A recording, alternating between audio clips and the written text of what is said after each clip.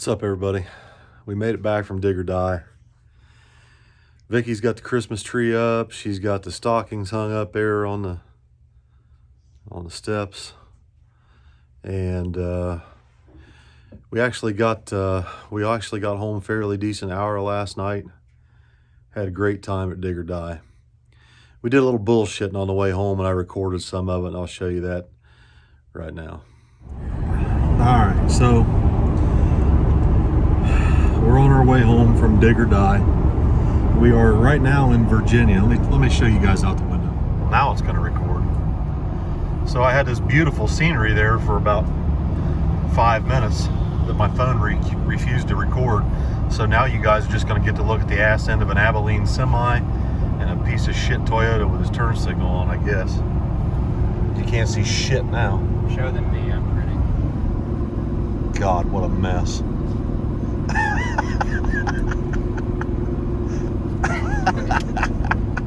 Oh, here we go. Hey, slow down. Don't fucking pass that semi. People's trying to see what the hell's going on here. There's always a damn semi in the way. As soon as we get back. Come on, Abilene. Kick it into high gear. Isn't that beautiful? Just crossed over into Virginia out of North Carolina. We're climbing hills. So despite the fact that I look like absolute shit, I need a haircut. I need to shave. Oh, it's terrible. Itching like crazy.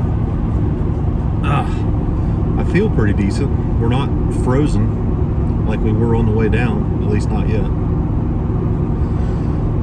So you want to explain to everybody how you managed to lose Dig or Die, Billy? So we were digging pretty good the first through third round, and then we died fourth round. But unfortunately, 106 others died too. Only one person that died the whole time. So part of the problem that we experienced at Dig or Die, the right lane stopped digging. Yeah, the right lane stopped digging. But we'll get to that. But like, we never, ever test with the engine and everything turned down that low. Yeah. So literally every pass we made, we were on uncharted territory, because we don't really know what a pound of boost equals at 3,500 RPM. I don't know. We don't test that low. Hell, a pound of boost at 3,500 may be 100 horsepower or 200 foot-pounds of torque, or it may be nothing. We don't know. So Junior decided to turn it up a little bit and give it a pound of boost. Or what did you do? Explain to everybody how you messed this up. So here's what happened. So there was an oil down, right? Oil down was in the left lane. Oil down was pretty heavy. And that was Matt Ryce's fault. Let's just get that out there. I'm calling him out because he knows he did something dumb. It was a pretty impressive explosion. I didn't understand it, honestly. But at any rate, there was a big oil down, and they got a huge torch out, the biggest torch I've ever seen. And they started heating that left lane and getting the oil off. And they were down for about 45 minutes just heating the shit out of the left lane. Burning it off. Burning all the oil off. So the dew set in, they're putting heat to the left lane, the right lane ain't getting no passes down it. And about that time, we're down to 14 cars, and there's only two people that won in the right lane after that happened.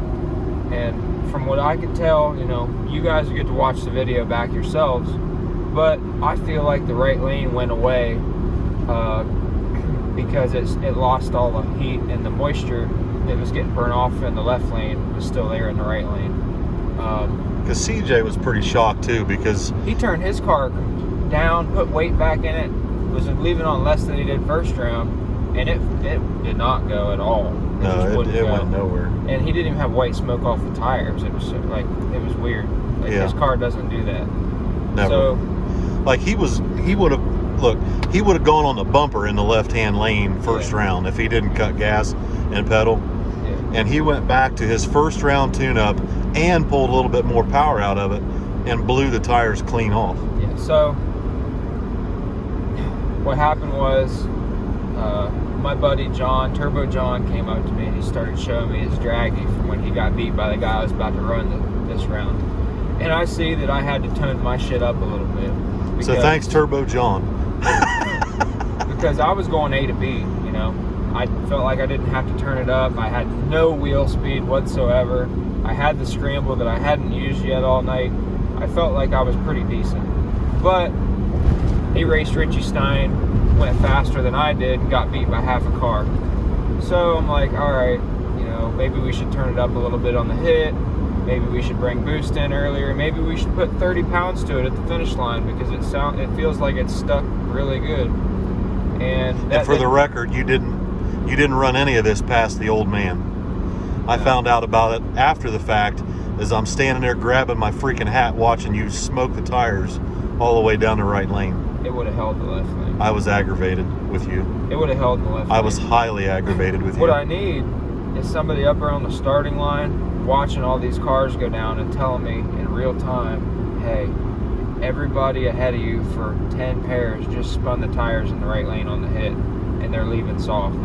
Like, if I would have known that, I probably wouldn't have turned it up. I probably would have turned it down a little bit, and I would have went through that round and maybe went a little farther in the race.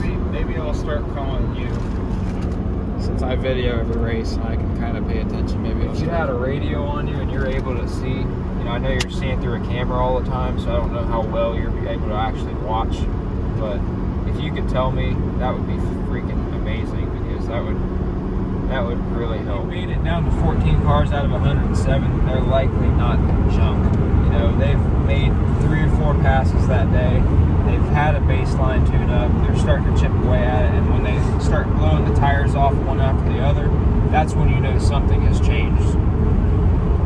Like, I'm usually the one up there keeping an eye on things, but the problem at Dig or Die was, one, I didn't feel real good. The trip down froze me and I was still cold like 2 days later, and my legs hurt really bad, and I'm just getting old, I guess, but I was in a lot of pain. My legs, my back, my hips and everything, just in a lot of pain, and we were a long ways away from the starting line. So for me just to go up there on the scooter was easy earlier in the day, but once it got cold, I didn't want to get on that scooter, and it was quite a walk from where we were to the starting line, and it was way worse than for a lot of people. We were closer than a lot of people, and it was still a long way for us. So that's something we need to work on when we go to big races, is communication, which our communication between all of us in the Suburban right now is terrible at best, in the best circumstances. So we need to work on that a little bit. Maybe we definitely need some radios. Yeah, we definitely need to work on being able to communicate. Maybe you need a top fuel headset and shit like that. I would like to have one. I'll tell you what else I'd like to have. I'd like to have to get rid of these damn flies. Bunch of flies in Oh my God. Driving me crazy. So anyway, that's how we ended up losing a Dig or Die. But I mean, we were doing really good up until the point where I think a lot of people were doing real good. Yeah, a lot of people were. You know, CJ was on a rail.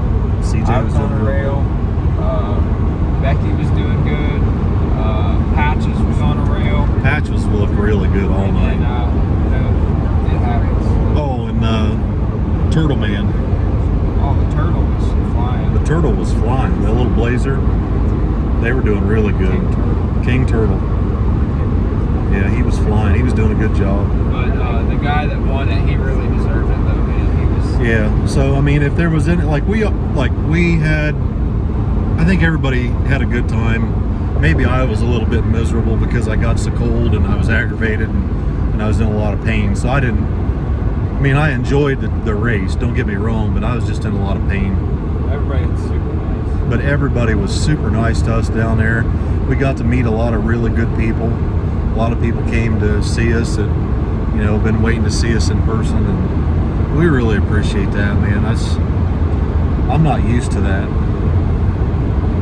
Billy's more used to it than I am, but I'm not really used to people. I even had a couple little pretty girls stop me as we were leaving and pulled up and said, "Hey, we're big fans. We watch the channels." I was like, Still got it. No, you don't. Not at all. Whoever those girls were, thank you, because that was awesome. That was awesome.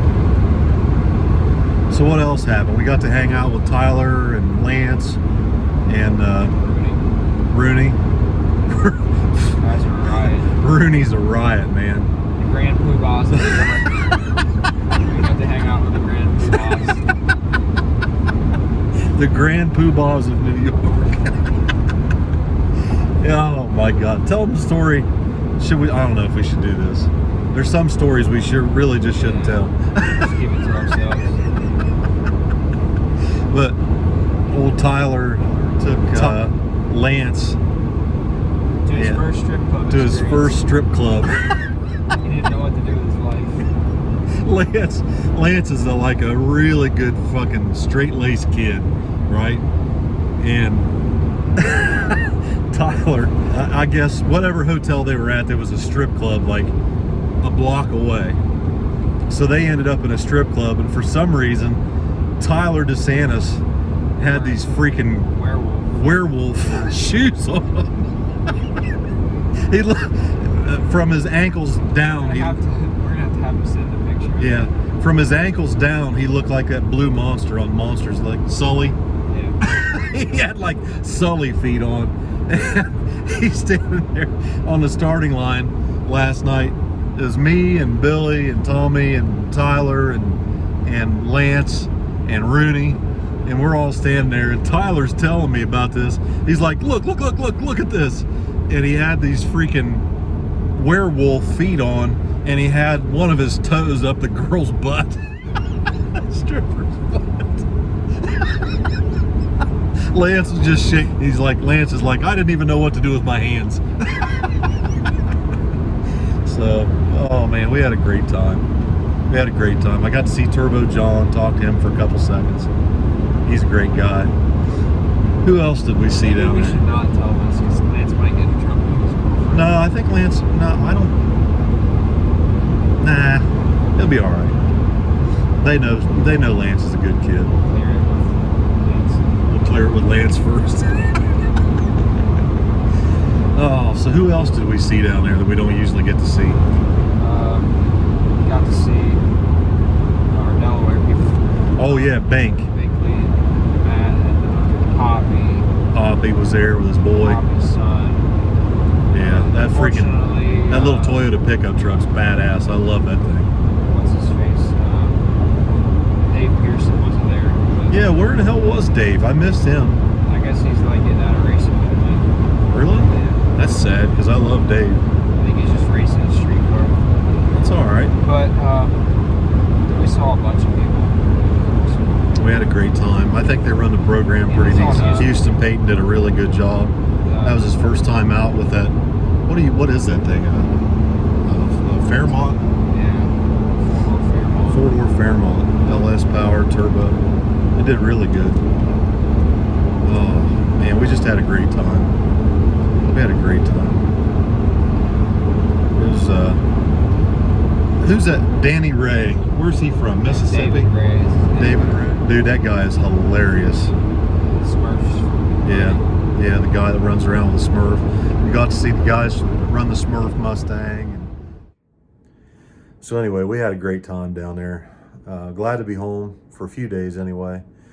We've got some work to do this week. Billy bought a set of really nice fiberglass doors while we were down in North Carolina. Somebody brought him some doors and he bought them. And so he's wanting to try and get those doors painted this week. They're red right now. They're used doors and they're really nice. But they're painted red right now. And he doesn't want to put them on there red. He wants to go ahead and get them painted white. So we're going to try and get these doors painted this week for the truck. Get the doors put on it. What else is going on this week? We've got some parts we got to drop off down at the fab shop. Intake manifold and headers came in for Tommy's turbo build. So we need to stop down and visit AJ this week, hopefully. What else is going on? What else is going on this week, Vic? You're headed to Mississippi. Well, I already said we're headed to Mississippi. We're headed to the Civil War race down at Gulfport, Mississippi. Did I say that already? I can't remember. You did the first one that you messed up. Whatever. So we're headed to Gulfport, Mississippi this week for the Civil War race. So we're trying to get some things done. We got to do some maintenance on the Suburban. We got to do some maintenance on the trailer. We got to do some maintenance on Billy's truck, change some oil, and just go over everything. But there'll be more of that coming this week. And Billy's working on the recap video from the weekend. I don't know how he's going to get all this done before we head to Mississippi. But just want to tell everybody thank you for stopping and see us while we were down at Dig or Die, because there was a lot of people came down there, and we were kind of hidden back in the back, and there was a lot of people still came down there to see us. We appreciate that, and thank you to all the little kids that came to get autographs and things, and that meant a lot to us. You know, we always like to see the little kids, and boy, there was a lot of them. So thank you, Eric Hunt and Daniel Harden, for putting that race on down there at the Rockingham Dragway, North Carolina. Thank you guys. We enjoyed ourselves immensely. Everybody had a fantastic time. We're glad we went. See y'all next one. Take care.